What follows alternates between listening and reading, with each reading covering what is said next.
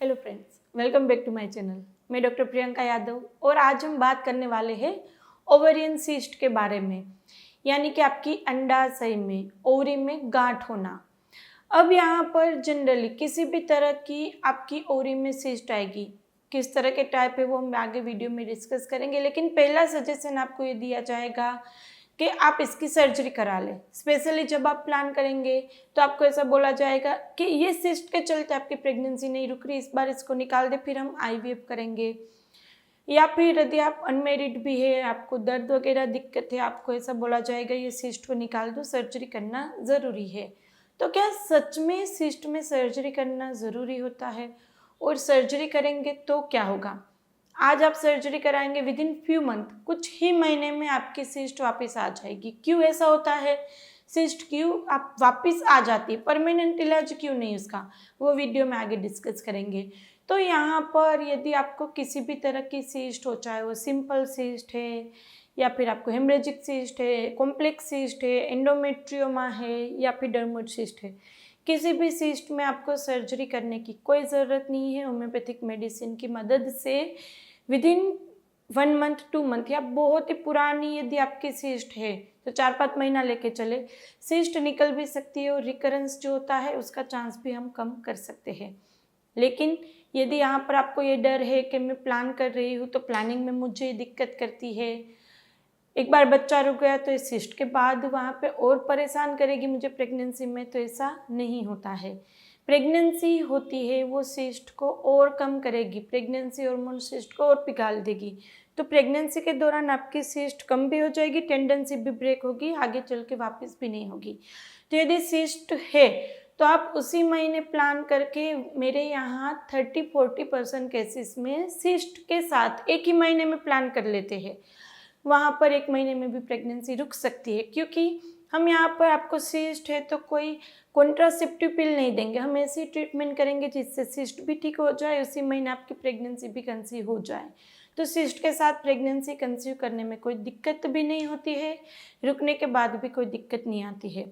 तो यहाँ पर किस किस तरह की सिस्ट होती है, सिस्ट डेवलप क्यों होती है, रिकरेंस क्यों उसका हो जाता है। तो देखो यहाँ पर ये आपकी ओवरी है, ये ओवरी में आप अभी यहाँ पे देख रहे हैं, ये फॉलिकल्स है, ये नॉर्मल ओवरी आपको दिखाई गई है, ये फॉलिकल्स है। अब यदि ये फॉलिकल्स आपको ज़्यादा यहाँ पर ज़्यादा मात्रा में, यानी कि 12 से ज़्यादा हो, एफसी काउंट 12 से ज़्यादा हो, तो यहाँ पर ये आपको पूरी की पूरी ओवरी में लाइनिंग में दिखेगी, बहुत ही ज़्यादा दिखेगी। तो इसको पॉलीसिस्टिक ओवरियन डिजीज़ बोला जाएगा, पीसीओडी। अब पीसीओडी और सिस्ट पूरी अलग चीज़ है, सिस्ट के सिम्टम अलग है, पीसीओडी के सिम्टम अलग है। पीसीओडी के ऊपर तो मेरे वीडियो है, आप देख सकते हैं डिटेल में। पीसीओडी में वहाँ पर अलग ही ट्रीटमेंट होती है, सिम्टम भी अलग होते हैं। तो पीसीओडी हो तो भी आप वहाँ पे जनरली पीसीओडी के लिए कोई सर्जरी नहीं होती। यदि बहुत ही आपका एमएच हाई है तो आपको ऐसा बोला जाए कि पीसीओडी में बहुत ही ज़्यादा दिक्कत है तो इसको पंचर करना पड़ेगा, ये आपकी पीसीओडी है उसको वहाँ पे ठीक करने के लिए सर्जरी करनी पड़ेगी, लेकिन वो भी 1 ही महीना, अगले महीने सेम फिर हो जाएगा। तो पीसीओडी में जनरली आपको ड्रिलिंग के लिए बोला जाएगा, जिसकी ज़रूरत होती नहीं है। अलग से वीडियो पीसीओडी का, सिम्टम अलग है, ट्रीटमेंट अलग है, देख लीजिएगा। दूसरी सिस्ट की बात करें तो दूसरी रहती है हेमरेजिक सिस्ट। हेमरेजिक सिस्ट यानी कि जब आपका फॉलिकल्स होता है, कोई एक फॉलिकल यहाँ पे मैच्योर हुआ ओव्यूलेशन टाइम पे, अब वो रप्चर हुआ उस टाइम पे, वहाँ पे अंदरूनी ब्लीडिंग हो गई और वो सिस्ट में कन्वर्ट हो गई। आपके हार्मोन इतने अच्छे नहीं थे कि प्रॉपर तरीके से ओव्यूलेशन हो पाए, तो वहाँ पर अंडा बाहर ना आके वो अंदर ही ट्रैप हो जाता है और अंदर सिस्ट बन जाता है। आपकी फॉलिकुलर स्टडी में आपने देखा होगा कि इंजेक्शन लेने के बावजूद भी आपका अंडा रप्चर नहीं हुआ, सिस्ट में कन्वर्ट हो गया। और कभी कभी वो अंडा रप्चर हो जाता है लेकिन दूसरी फॉलिकल होती है वो सिस्ट में कन्वर्ट हो जाती है, जो फिर हर महीने बढ़ेगी, उसको हेमरेजिक सिस्ट बोलते हैं। दूसरा रहता है एंडोमेट्रियोमा या एंडोमेट्रियोटिक सिस्ट या चॉकलेट सिस्ट। अब उसमें क्या होता है, देखो ये आपके एंडोमेट्रियम है, ये यहाँ तक रहेगी।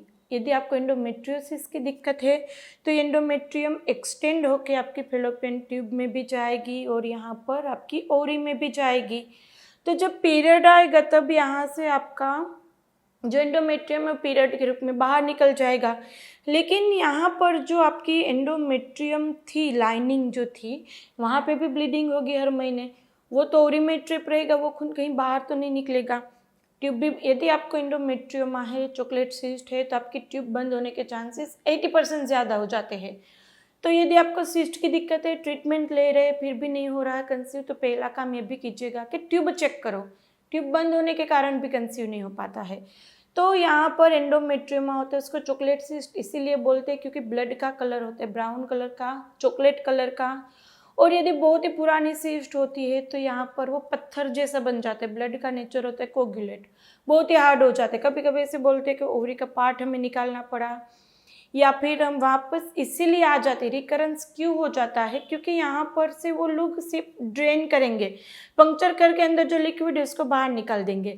लेकिन मैंने समझा कि एंडोमेट्रियम लाइनिंग तो एक्सटेंड होकर यहाँ पर गई है, तो वो आपकी ओवरी की जो दीवार होती है वहाँ पे लाइनिंग हुई है ना, तो पूरी ओवरी थोड़ी ना निकल रही है सर्जरी में।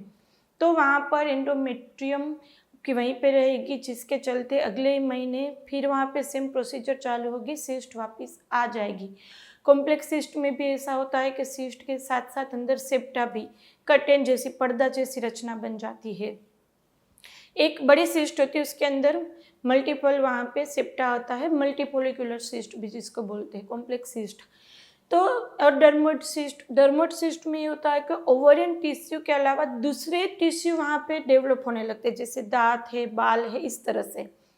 तो ये सब सिस्ट ऐसी होती है कि जिसके अंदर आप सर्जरी कराएंगे, कुछ ही महीने में वापस आ सकती है। और यदि आप ओसी पिल्स लेते, 21 डे पिल, कॉन्ट्रासेप्टिव पिल लेंगे तो भी कभी कभी फ़ायदा मिल जाता है, बाकी वो सिस्ट वहीं की वहीं रहती है। महीने भी वेस्ट होते हैं क्योंकि जब आप वो लेंगे तब प्लान तो कर नहीं पाएंगे। तो बेस्ट होम्योपैथिक मेडिसिन मैंने बताया विदिन 1 to 6 मंथ, हाँ 1 to 6 मंथ की रेंज है। 10 सेंटीमीटर तक की मेरे यहाँ 1 महीने में भी निकली है। तो मैंने जैसे बताया यदि क्रोनिक सिस्ट है, 1-2 साल से चली आ रही है, 6-8 महीने से चली आ रही है, तो वहाँ पे पत्थर जैसा बहुत ही हार्ड हो जाएगा, तो उसको धीरे धीरे धीरे धीरे ठीक होगा, तो 5-6 महीने भी लग सकते हैं। लेकिन सर्जरी से कोई मतलब नहीं है। यदि आप प्लान करना चाहते हैं, आपकी ट्यूब बंद है और सिस्ट है, जो दोनों साथ में होने के बहुत ज़्यादा चांसेस है, तो ट्यूब की और सिस्ट की एक साथ ट्रीटमेंट होगी। तो आपको सिस्ट है, ट्यूब बंद है, प्लान कर रहे हैं, आप वहाँ पर स्क्रीन पर नंबर दिया गया है, व्हाट्सएप नंबर है, वहाँ पर इतना ही मैसेज करना है, मुझे आपकी अपॉइंटमेंट चाहिए, टीम मेरी आगे आपको गाइड कर देगी। हम आनंद में है, यहाँ पे एड्रेस भी रहेगा स्क्रीन पे, गुजरात में आनंद में, आप वहाँ पर हॉस्पिटल विजिट भी कर सकते हैं। तो यदि आपकी ट्यूब बंद है या फिर आपको सिस्ट है, सर्जरी बोला गया है, आईवीएफ बोला गया है, ज़रूरत नहीं है, आप हमारे फीडबैक्स देख सकते हैं, कम्युनिटी टैब में जाके, इंस्टाग्राम पे जाके फीडबैक देख सकते हैं, दूसरे हमारी वीडियोस देख सकते हैं, ट्यूब का, सिस्ट का, दूसरे भी स्पेसिफिक वीडियो है। तो कितनी जल्दी से कितनी इजीली कंसीव कर जाते हैं।